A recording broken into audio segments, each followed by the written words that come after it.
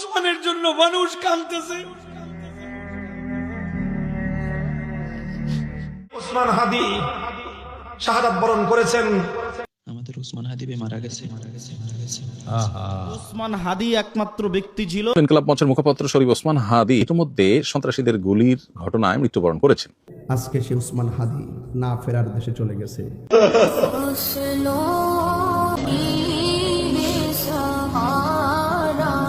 উসমান হাদি, আমার কলিজার টুকরা হাদি।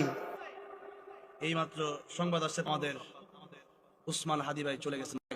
এই যে হাদি নামে একটা ছিল ওসমান হাদি, এই যে হাদি ছেলেটা মারা গেল, কোন নিউজ দেখাচ্ছে আরটিভি?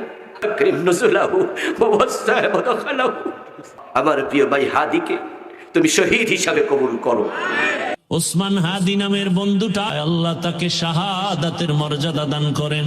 আমি নিজে বলছি, আমার বুঝ হওয়ার পরে আমি কারোর জন্য এতটা কাঁদি নাই।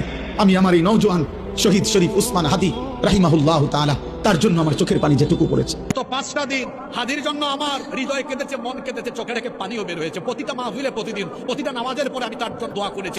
এক হাদিকে হত্যা করার পরে লক্ষ হাদি মানুষের ঘরে ঘরে তৈরি হবে ইনশাআল্লাহ। হাদি মরে নাই, লক্ষ হাদি তৈরি হয়ে যাবে। আমি গতকালকে আমার ওয়াইফকে বলছিলাম, মহান আল্লাহ পাক যদি ভবিষ্যতে আমাদের কোনো ছেলে সন্তান দেন, আমরা আমাদের সন্তান রাখবো উসমান হাদি।